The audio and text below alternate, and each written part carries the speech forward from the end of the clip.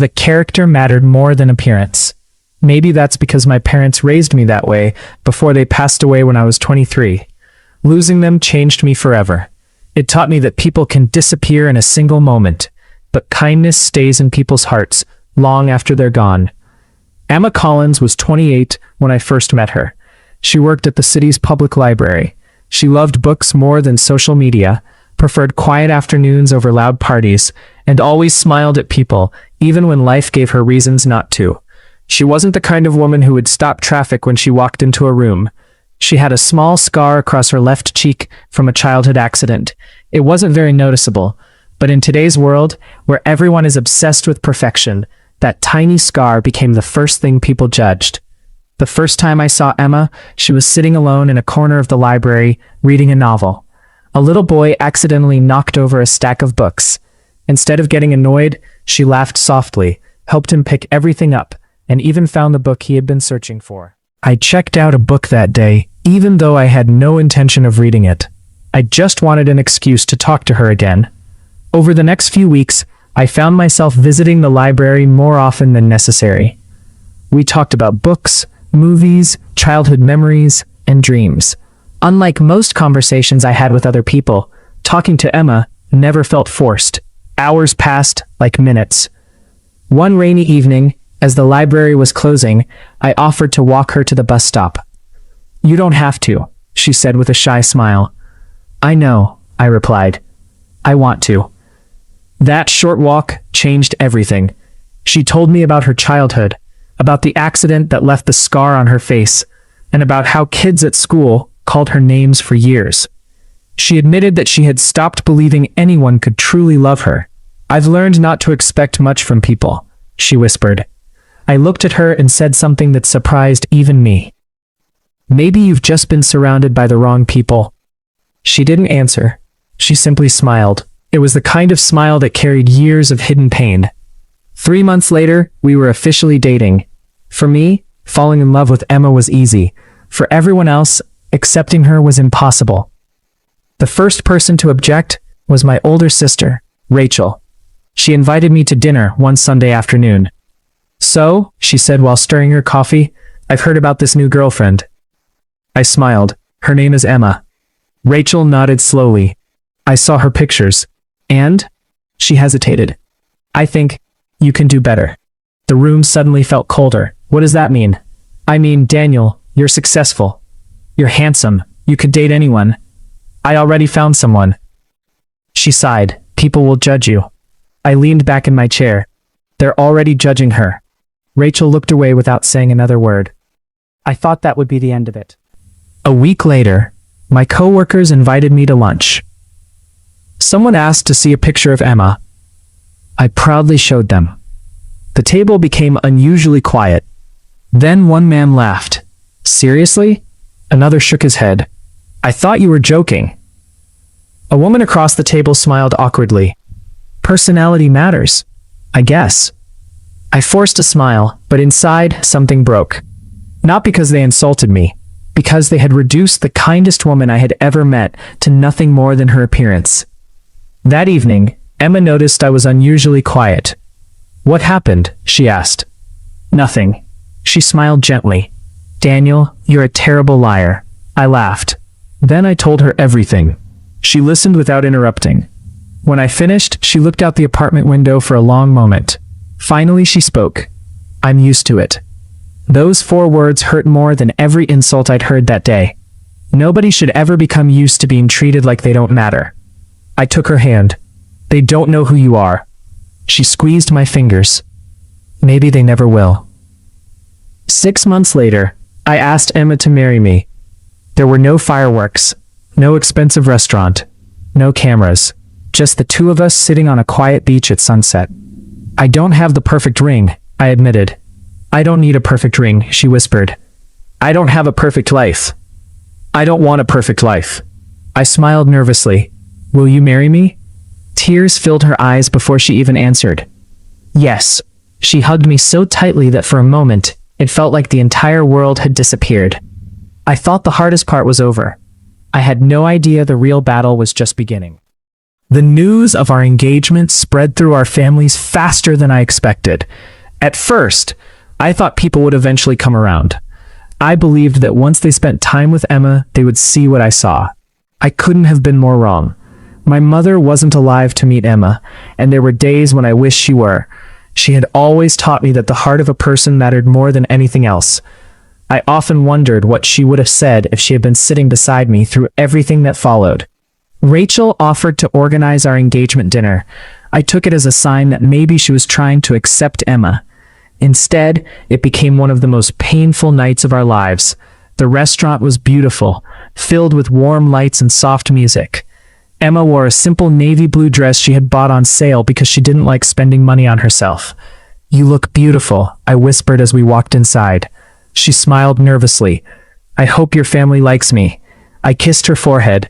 "They will." The moment we reached the table, I realized I had been lying to both of us. Rachel barely looked at Emma. My uncle kept asking me about my career instead of speaking to my fiancé. One cousin stared at Emma's scar for several uncomfortable seconds before finally saying, "So, what exactly happened to your face?"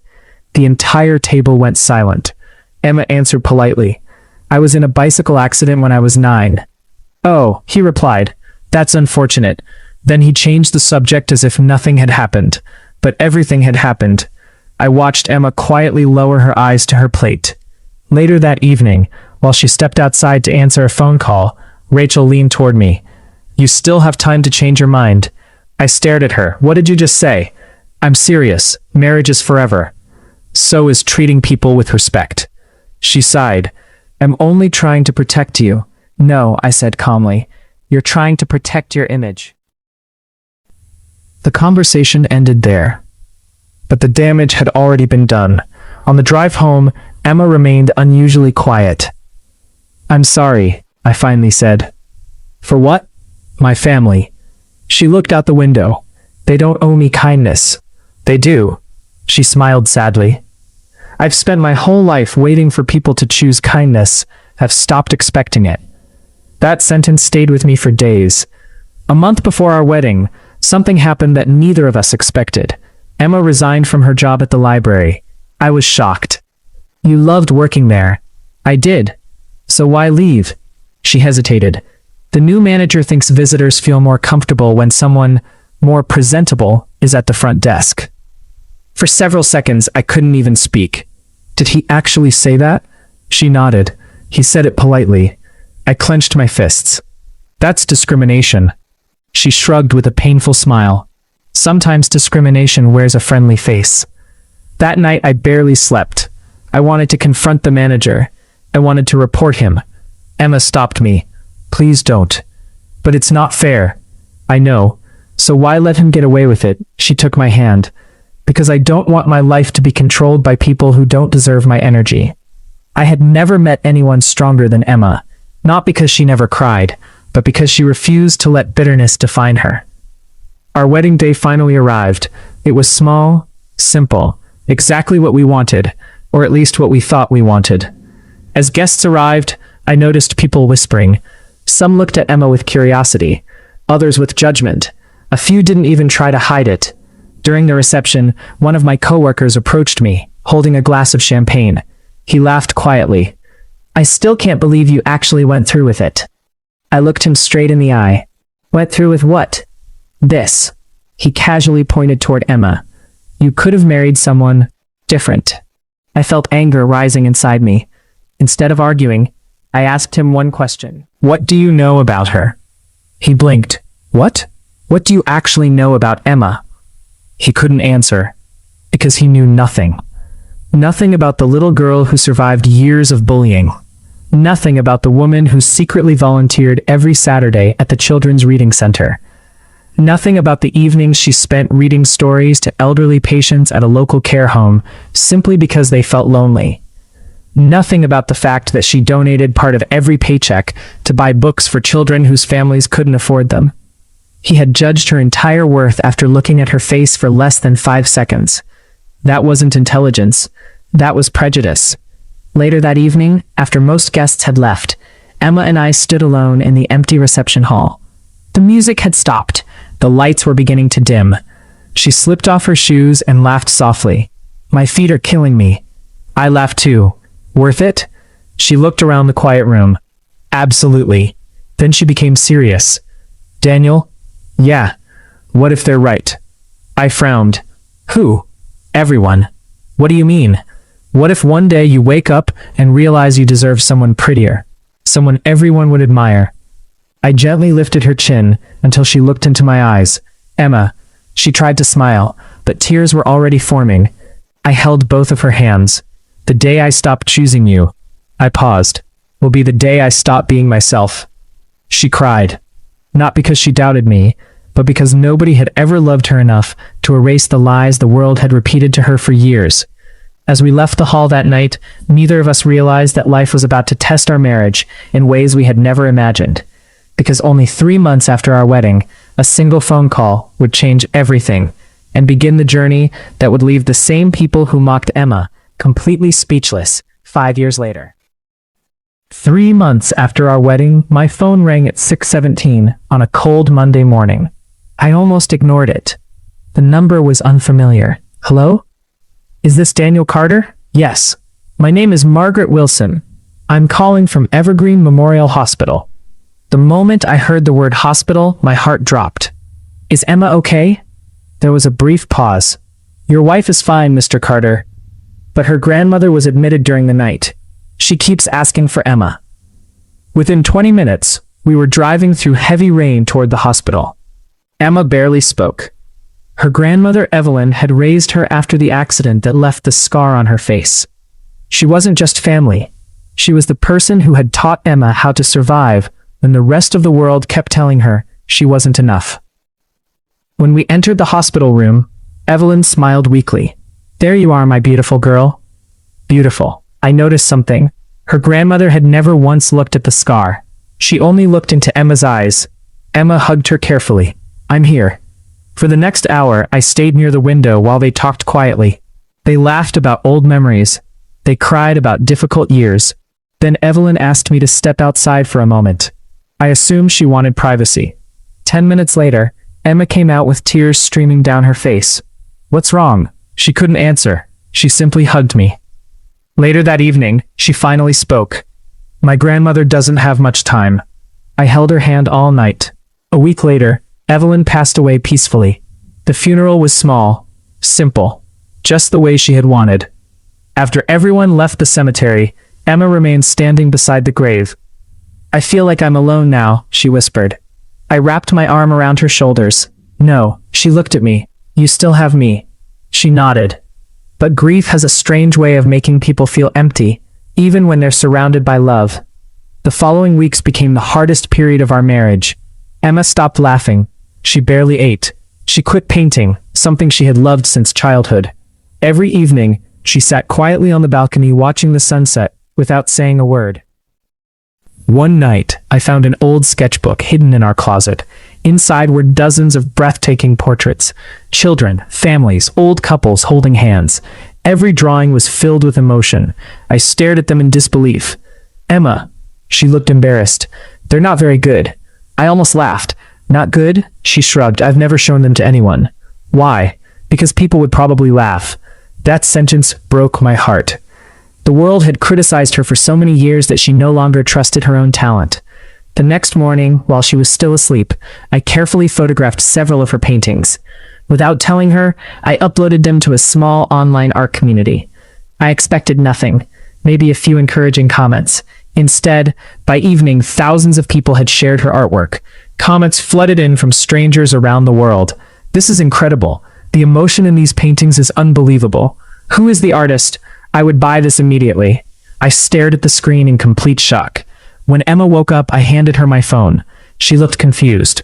Then she started reading. Her hands began to shake. These, she whispered, they're talking about my paintings. They are. They actually like them. I smiled. They love them. For the first time since her grandmother died, she smiled. Not the polite smile she gave strangers. Not the smile she used to hide pain. A real smile. Over the next few months, something incredible began to happen. Small art collectors started contacting us. Then local cafes asked to display her paintings. Soon, one gallery invited her to participate in a community exhibition. Emma almost said no. I'm not good enough. I took both of her hands. You've spent your whole life listening to people who underestimated you. She looked at me silently. It's time you listen to someone who believes in you. She agreed. The exhibition wasn't glamorous. It was held in a modest downtown gallery with white walls and soft jazz music. Emma stood nervously beside her paintings while visitors walked past. For nearly an hour, nobody stopped. I could see doubt returning to her face. Then an elderly woman paused in front of one portrait. She stood there for several minutes without speaking. Finally, she turned toward Emma. Did you paint this? Emma nodded nervously. Yes. The woman wiped away a tear. This reminds me of my late husband. She bought the painting immediately. Then another visitor bought a second one. By the end of the evening, every single painting had been sold. Emma couldn't believe it. Neither could I. As we drove home that night, she kept looking out the window. I don't understand. What? Why now? I smiled. Because talent doesn't disappear. It just waits for the right people to notice. She leaned her head against my shoulder. For the first time in years, she wasn't seeing herself through the eyes of those who rejected her. She was finally beginning to see herself the way I always had. But neither of us knew that someone else had also noticed her success. Someone from my past. Someone who had once laughed at our marriage. And that person was about to return, with a secret that would threaten everything we had built together. A few weeks after Emma's first successful exhibition, life finally felt peaceful. For the first time since we'd met, I saw her waking up with excitement instead of anxiety. She spent hours in the small studio we had built in our garage, surrounded by paintbrushes, unfinished canvases, and classical music playing softly in the background. Every painting she created seemed to carry a piece of her soul. I often stood quietly at the doorway, watching her work. She never noticed me, and I loved that, because those were the moments when she was completely herself. One Friday afternoon, my assistant walked into my office holding a white envelope. This was delivered by hand, she said. There was no return address. I opened it. Inside was an invitation to the Pacific Northwest Contemporary Art Gala, one of the most prestigious art events in Seattle. Emma had been invited as a featured emerging artist. I couldn't believe it. When I showed her the invitation that evening, she laughed. This has to be a mistake. It isn't. There are hundreds of talented artists, and you're one of them.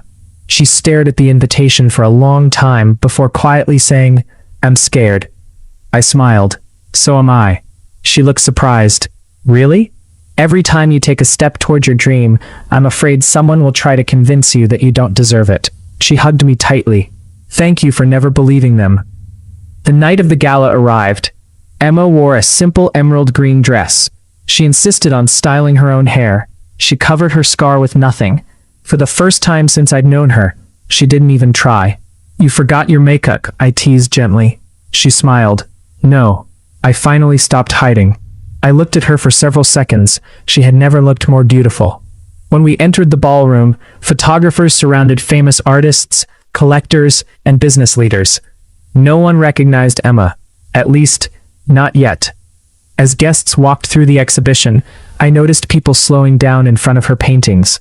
One after another, whispers spread across the room. Who painted this?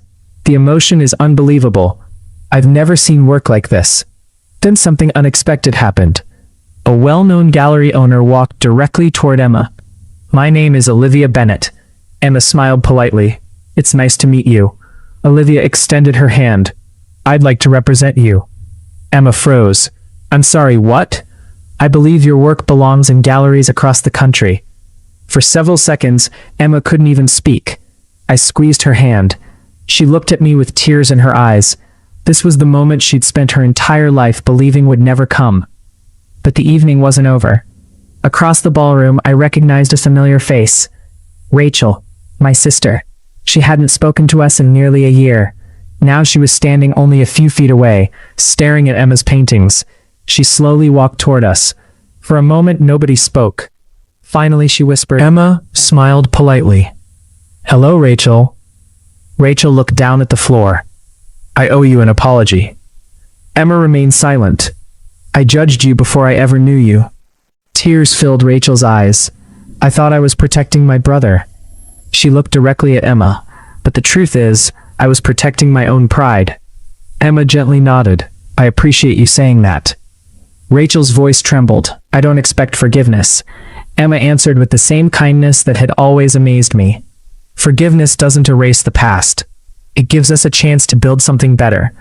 Rachel broke down crying. She hugged Emma. Watching them, I realized something. Kindness had accomplished what anger never could. But fate still had one more surprise waiting for us. Later that evening, the host stepped onto the stage. Ladies and gentlemen, we're about to announce the winner of this year's People's Choice Award. Emma squeezed my hand so tightly it almost hurt.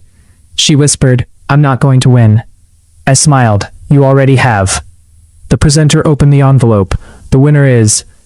A long pause filled the room. Emma Collins Carter. The ballroom erupted into applause. Emma stood frozen. She looked around as if they had called the wrong name. I leaned closer and whispered, They're talking about you. She slowly walked toward the stage. As she accepted the award, every person in the audience stood to applaud, including people who had ignored her only hours earlier. The cameras flashed nonstop. The same woman who had once been rejected because of a small scar was now the most celebrated artist in the room. When Emma began her acceptance speech, the entire ballroom became silent. She smiled through tears. When I was a little girl, I believed being different meant I would never belong. She paused. For many years, I believed the voices that told me I wasn't enough. Then she looked directly at me. But one person looked at me and saw everything the world refused to see. The audience turned toward me. I wouldn't be standing here tonight without my husband. My eyes filled with tears. She continued, This award doesn't belong only to me. It belongs to every person who has ever been rejected because they looked different, and every person who chose kindness instead of judgment. The applause lasted nearly a full minute. As we walked out of the ballroom that night, reporters rushed toward Emma. The same society that had once ignored her now wanted interviews, photographs, and headlines. 5 years earlier, people couldn't believe I had married Emma. Now, they couldn't believe they had ever underestimated her. And that's when I finally understood something my parents had taught me long ago. Beauty fades, money comes and goes, popularity changes overnight. But character has the power to change lives forever. If this story touched your heart, please like this video, share it with your friends and family, and subscribe for more unforgettable